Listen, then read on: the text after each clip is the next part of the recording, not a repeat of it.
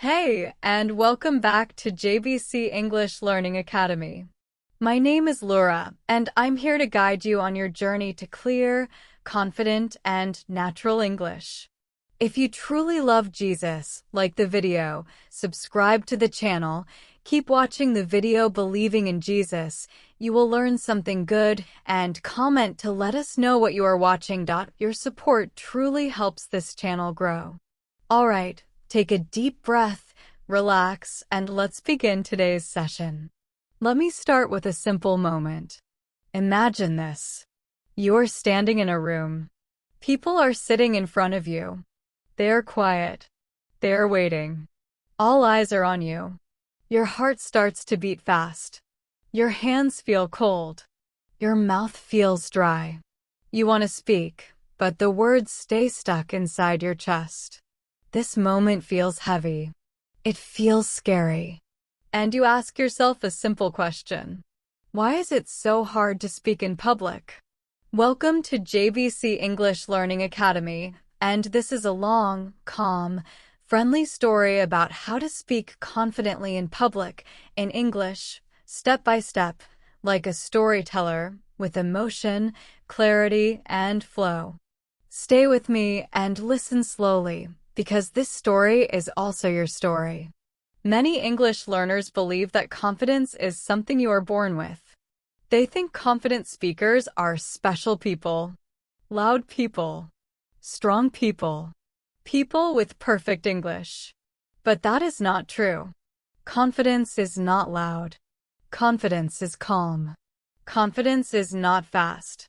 Confidence is clear. And confidence is not perfect English. Confidence is feeling safe while you speak, even when your English is not perfect. But before we understand confidence, we need to talk about fear. Because fear is where the story begins. Fear of public speaking is very old. Older than English. Older than schools. Older than microphones and stages. Long ago, humans lived in small groups. If you spoke and the group did not like what you said, you could be rejected. Rejection meant danger. So the brain learned something very simple. Speaking in front of people is risky. And today, even when there is no real danger, the brain still reacts the same way. Your heart beats fast. Your breathing changes. Your mind becomes empty. This is not because you are weak. This is because you are human. Now add English to this fear. A new language. New sounds. New words. A new rhythm. You are not only afraid of people. You are afraid of mistakes. Afraid of silence. Afraid that people will not understand you. Afraid that they will judge your accent. Afraid that they will think you are not smart. This fear becomes heavier. It sits on your chest. And slowly, you start to believe a dangerous story. You tell yourself, I am not good at speaking. But that story is not true. It is only a story your fear is telling you. Let me tell you about someone. This person could be you. Let's call him Daniel. Daniel learned English for many years. He studied grammar. He watched videos. He listened to podcasts. In his head, his English was okay. Not perfect, but okay. But when he had to speak in public, everything changed. In meetings, his voice became small. In presentations, his mind went blank. He spoke fast. He made mistakes. And after speaking, he felt tired and disappointed. He asked himself, why can I understand English, but I cannot speak confidently? One day, Daniel had an important presentation. He prepared slides. He practiced alone. At home, he sounded fine. But when the day came, his fear came back. Standing in front of people, he forgot simple words. His sentences broke. He felt like a child again. After the presentation, someone said, your idea is good, but you sound nervous. That sentence stayed in his mind for weeks. Not because it was mean, but because it was true. That night, Daniel did not practice pronunciation. He did not open a grammar book. He did something different. He listened to a story. A long story told slowly. And something strange happened. He felt calm. His breathing slowed down. He noticed the rhythm of the voice, the pauses, the emotions. He was not learning words. He was learning how English feels when it flows naturally. And for the first time, he understood something important. Confident speaking is not about words. It is about feeling. This is a big realization. Many learners think public speaking confidence comes from more vocabulary, more grammar, more practice. Practice is important, yes. But practice without calm creates tension. And tension kills confidence. Confident speakers are not thinking about grammar when they speak. They are thinking about connection. They are telling a story. Even in a business presentation, they are telling a story. Even in a short answer, they are telling a small story. Think about this. When you speak in your native language, do you think about rules? No. You think about meaning. You think about emotion. You think about what you want the listener to feel. That is why your voice sounds natural. That is why your body feels relaxed. Confidence comes when your brain feels safe. And safety comes when your brain knows the path. Public speaking in English feels dangerous because your brain does not know the path. It feels like walking in the dark. But what if you could turn on a small light? Not a big light, just a small one. Enough to see one step ahead. That small light is storytelling. Storytelling gives your brain a map. A beginning, a middle, an end. When you have a story, you are not lost. You know where you are going. And when you know where you are going, your fear becomes quieter. Not gone, just quieter. Daniel started to change one thing. Before speaking, he did not say, "I must speak perfect English." He said, "I will tell a simple story." Even for a presentation, he started with context. Why this topic matters. Then a challenge. What problem exists? Then an idea. Then a result. He spoke slower. He used simple words. He paused. And something changed. People listened. Not because his English was perfect, but because his message was clear. Let me pause here and speak directly to you. If you are listening to this, maybe you have the same fear. Maybe you avoid speaking. Maybe you stay quiet in meetings. Maybe your heart races when you hear the words, "Please introduce yourself." I want you to hear this clearly. You are not broken. Your English is not bad. You just have not learned to speak with calm. Calm is not silence. Calm is control. Calm is knowing that you can pause, that you can breathe, that you can say, "Let me think." These are powerful sentences. Confident speakers use them all the time. Silence is not your enemy. Silence is your friend. Silence gives your words weight. Think of a river. A river that flows too fast is noisy and dangerous. A river that flows calmly is strong and deep. Your speech is the same. When you rush, you lose power. When you slow down, people listen. In this section, the first transformation is not speaking louder or faster. It is changing how you see speaking. Public speaking is not a test. It is not a performance. It is a conversation with many people at the same time. You are not there to impress. You are there to connect. Daniel practiced something very simple. He practiced speaking while breathing slowly. He practiced telling one small story every day. Not to people, just to himself. He spoke about his day, about a problem, about a feeling. He focused on flow, not perfection. Over time, his body learned something new. Speaking English is safe. This is how confidence begins. Not on a stage, not with applause, but alone, in quiet moments, training your nervous system to relax while English comes out of your mouth. Let me give you a small takeaway before we move on. Confidence in public speaking does not start in public. It starts in private. It starts when you change the story in your head. From "I will fail" to "I will share." From "they will judge me" to "they will listen." From "my English is bad" to "my message matters." In the next section, we will go deeper. We will talk about the voice. Not pronunciation rules. Not accent training. But how to use your voice like a calm instrument. How to sound confident even when you feel nervous. And how small changes can make a big difference. Now that we understand where fear comes from, let us move deeper into the story. Because confidence is not only in the mind. Confidence lives in the body. And the strongest tool you have for public speaking is your voice. Not your accent. Not your vocabulary. Your voice. Your voice carries emotion. Your voice tells people how you feel before they understand your words. If your voice is rushed, people feel tension.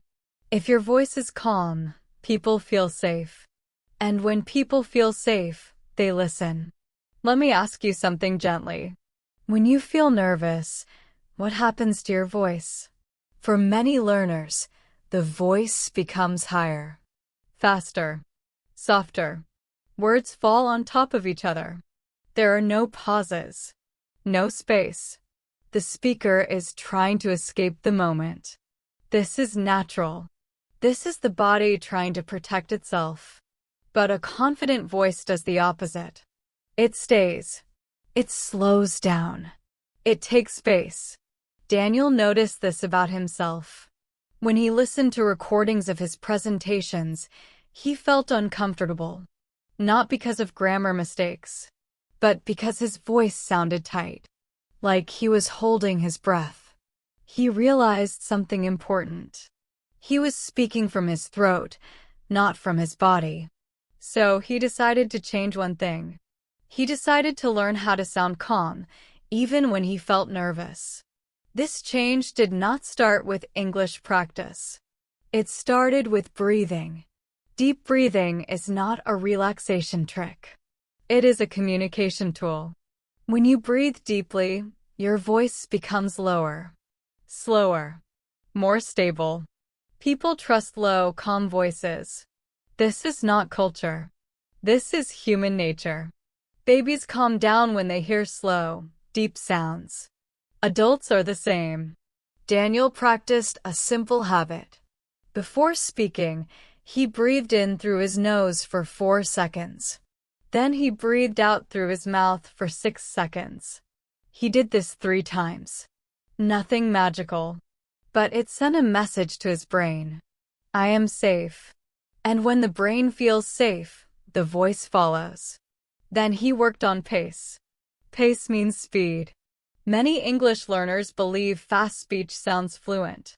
But fast speech often sounds nervous. Fluency is not speed. Fluency is smoothness. Confident speakers use time. They let words land. They let ideas breathe. They pause after important sentences. Not because they forget, but because they choose to. Daniel practiced speaking slower than felt normal. At first, it felt strange. Too slow. Almost uncomfortable. But when he recorded himself, something surprising happened. His English sounded clear, strong, easy to understand. He realized something important. What feels slow to you sounds normal to listeners. Let me explain this clearly. When you speak a second language, your brain is busy. It is choosing words, checking grammar, listening to reactions. This makes time feel faster. So you rush. But the listener's brain is relaxed. They are just listening. They need time. When you slow down, you help them. And when you help them, they like listening to you. Now let us talk about pauses. Pauses are powerful. Silence is not empty. Silence is full. It shows confidence. Nervous speakers fear silence. They think silence means failure. Confident speakers know silence means control. A pause before an important idea makes people curious. A pause after an idea lets it sink in. Daniel started to practice pausing. Not long pauses. Just 1 or 2 seconds. After a sentence. Before a new idea. He practiced pausing while breathing out. This connected his breath and his speech. Over time, pauses became natural. And something else happened. People stopped interrupting him. They waited. Because his pauses felt intentional. Now let us talk about tone. Tone is how your voice moves. Flat tone sounds bored. Too much movement sounds nervous. A confident tone is gentle and steady with small changes. When you tell a story, your voice rises slightly with curiosity. It falls with seriousness. It softens with reflection. You do not need to act. You just need to care. Daniel stopped trying to sound professional. Instead, he tried to sound human. He imagined speaking to one friendly person, not a crowd. This changed everything. His tone became warmer, more natural. People smiled more. They nodded. Connection was happening. Here is a secret many public speaking courses do not tell you. You do not speak to a group. You speak to individuals. One by one. Your voice cannot connect with a group. It connects with one human heart at a time. When you imagine one listener, your voice relaxes. Let us pause the story for a moment and practice mentally. Imagine you are about to speak. Do not think about words. First, feel your feet on the ground. Feel your breath moving slowly. Feel your shoulders drop. Then imagine one person who wants to understand you. Someone kind. Speak to them. This is confidence. Daniel had a moment of realization during a small meeting. He was explaining an idea. He paused. He breathed. He spoke slowly. And he noticed something. He was not fighting his fear. He was guiding it. Fear did not disappear. But it stopped controlling him. This is real confidence. Not fearlessness, but leadership over fear. Over time, Daniel's voice changed. Not his accent. His presence. People described him differently. They said, "You sound clear. You sound calm. You explain things well." No one said, "Your grammar is perfect." Because that is not what people remember. They remember how you made them feel. Let me speak to you again. Your voice is already good enough. You do not need a new voice. You need to slow down the one you have. You need to trust silence. You need to breathe before and during speech. These are small actions, but they create big change.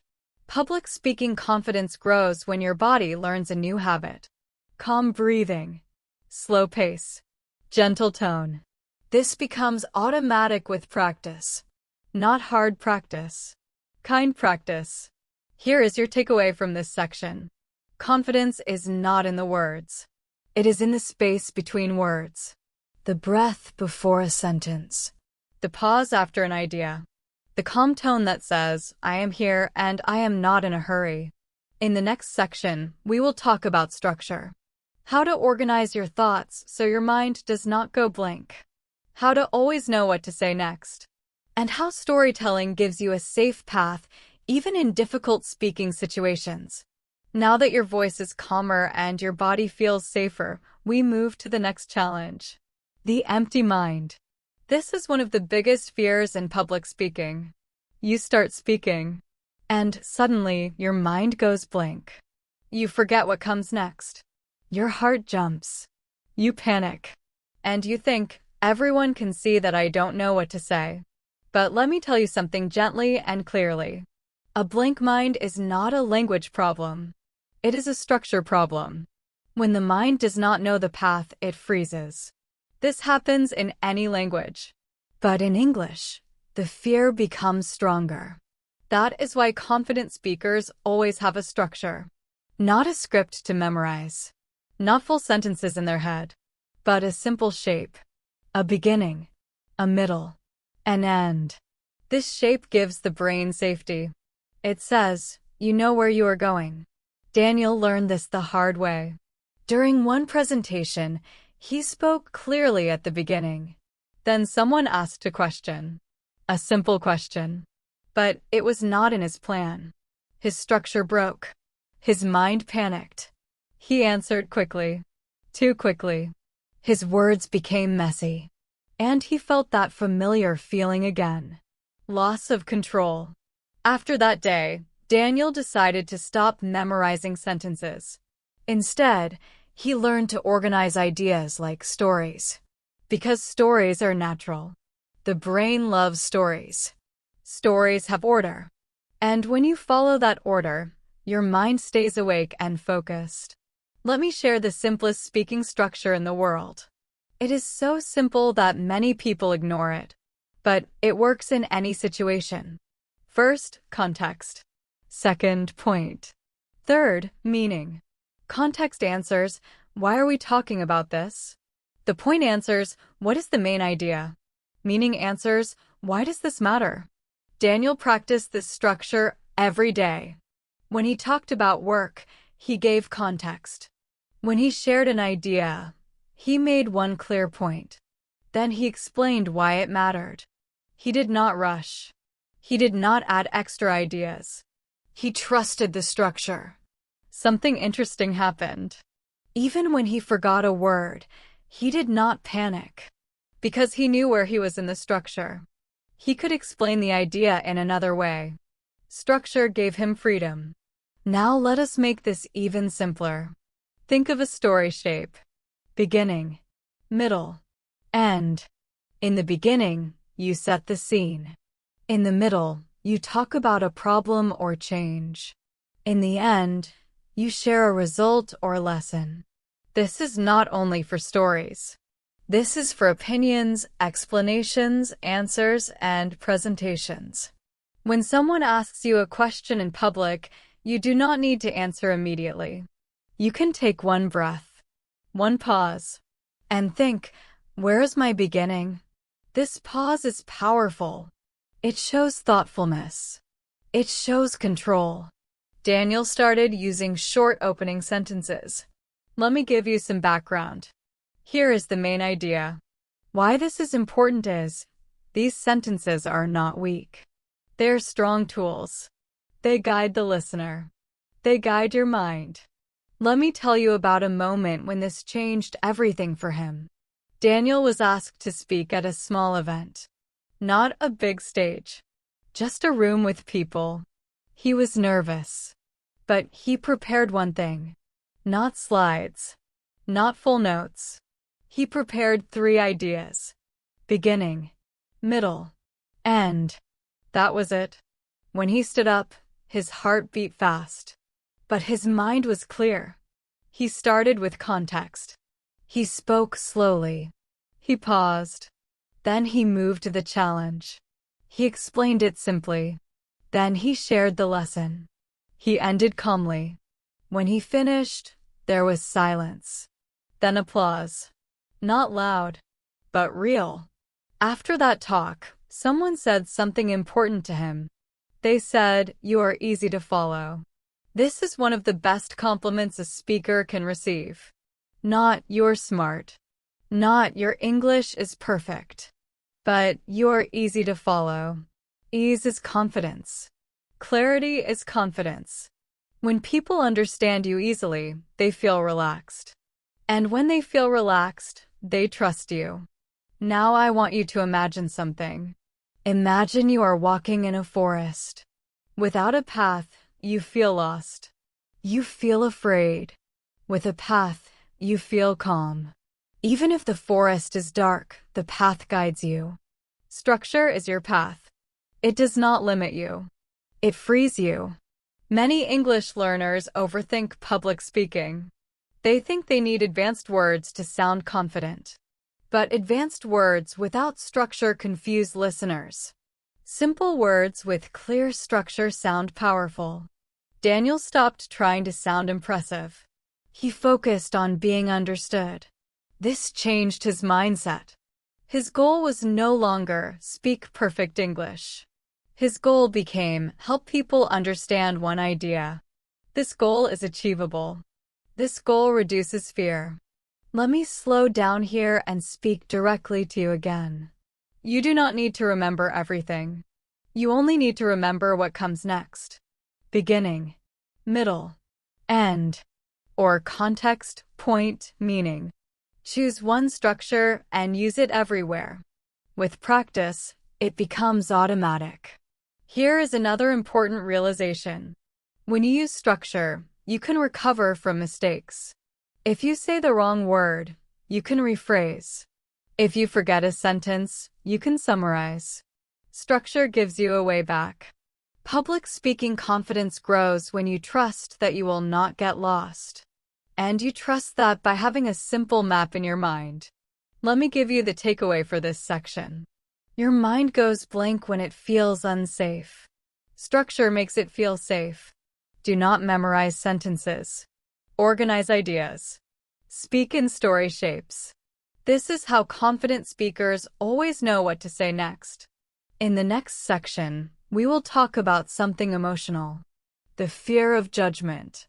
What people think about your accent, your mistakes, your pauses, and how to stop carrying other people's opinions while you speak. Now we arrive at the deepest fear. Deeper than forgetting words. Deeper than grammar mistakes. This is the fear that lives quietly in the background. The fear of judgment. The fear that people are watching you and thinking, your English is not good enough. This fear is heavy. And it follows many learners for years. Let us be honest. When you speak English in public, you are visible. Your accent is visible. Your pauses are visible. Your mistakes are visible. And the mind does something very unkind. It imagines negative thoughts in other people's heads. It creates a story, a painful story, and then it believes it. Daniel carried this fear for a long time. Every time he spoke, he watched people's faces. One small reaction felt like judgment. One confused look felt like failure. After speaking, he replayed everything in his mind. Every mistake. Every pause. He judged himself more than anyone else ever could. One day, something changed. Daniel attended a talk by a speaker with strong ideas but imperfect English. The speaker made grammar mistakes. The accent was clear. But people listened. They laughed. They nodded. They asked questions. And Daniel realized something powerful. No one cared about the mistakes. They cared about the message. This moment created a crack in Daniel's old belief. He started to question it. What if people are not judging me the way I think? This question was the beginning of freedom. Let me tell you a truth that may surprise you. Most people are not thinking about your English. They're thinking about themselves, about their work, their problems, their next task. When you speak, they're not counting your mistakes. They're trying to understand your meaning. If they understand you, they are satisfied. Of course, sometimes people do judge. But here is the important part. Judgment does not control your confidence. Your reaction to judgment does. You cannot control thoughts in other people's minds. But you can control the story you tell yourself. Daniel learned to change his inner voice. When a mistake happened, instead of thinking, I sound stupid, he thought, I am communicating. This small change softened his fear. He stopped attacking himself. Another important realization came from watching confident speakers closely. Confident speakers make mistakes. All the time. They say the wrong word. They stop and correct themselves. They repeat sentences. But they do it calmly. They do not apologize for existing. They continue. Confidence is not mistake-free speech. Confidence is recovery. It is the ability to move forward without shame. Shame is what freezes speakers. Calm acceptance is what frees them. Daniel practiced something brave. He allowed small mistakes. He did not rush to correct everything. If the meaning was clear, he moved on. And something interesting happened. People did not react negatively. Some even smiled. Because natural speech includes imperfection. Now let us talk about accent. Accent is one of the biggest sources of fear. Many learners believe accent equals intelligence. This belief is false. Accent only shows history. It shows that you learned another language. That is not weakness. That is effort. Every confident speaker you admire has an accent. Even native speakers have accents. The world is full of accents. The problem is not accent. The problem is the story you attach to it. Daniel used to think, my accent makes me sound less professional. But then he noticed something. When he spoke clearly and calmly, people listened. They asked questions. They respected his ideas. His accent did not disappear, but it stopped being a problem. Here is an important truth. Clarity matters more than accent. Slow speech, clear structure, calm tone. These make your accent easy to understand. And when people understand you, they stop noticing the accent. Now let me speak directly to you again. If you wait to speak until your English is perfect, you will wait forever. Confidence does not come after perfection. Perfection comes after confidence. Speaking is how you improve. Silence keeps you stuck. Daniel stopped asking, what will they think, and started asking, what do I want to share? This shift moved his focus outward. Confidence grows when your attention is on the message, not on yourself. One powerful technique helped him. He imagined putting his fear on a chair next to him. Fear was there, but it was not in control. He spoke with fear present. This is courage. Courage is not the absence of fear. Courage is speaking anyway. Let us slow down for a moment. Take a breath. If you are listening to this, you are already brave. You are learning. You are trying. You are showing up. That matters. Here is the transformation in this section.